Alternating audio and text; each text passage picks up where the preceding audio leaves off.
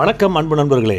பெருந்தலைவர் காமராஜரின் அமைச்சரவையில் அமைச்சராக இருந்த வெங்கட்ராமன் அவர்கள் ஒரு சமயம் விருதுநகரில் உள்ள காமராஜர் வீட்டிற்கு கோடை காலத்தில் சென்றார்.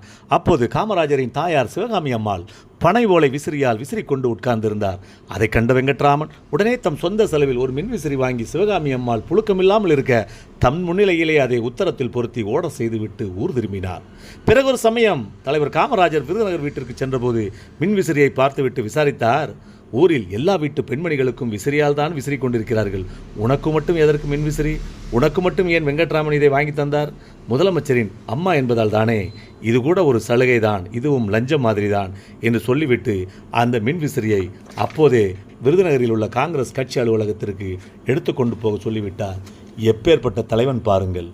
லஞ்சம் என்கின்ற வார்த்தை தன்னுடைய இரத்தத்திலும் குடும்பத்திலும் காதிலும் கேட்கக்கூடாது என்று நினைத்த அந்த மாபெரும் தலைவனை என்றென்றும் நினைத்து நாம் போற்றுவோம். வாழ்க காமராஜர்.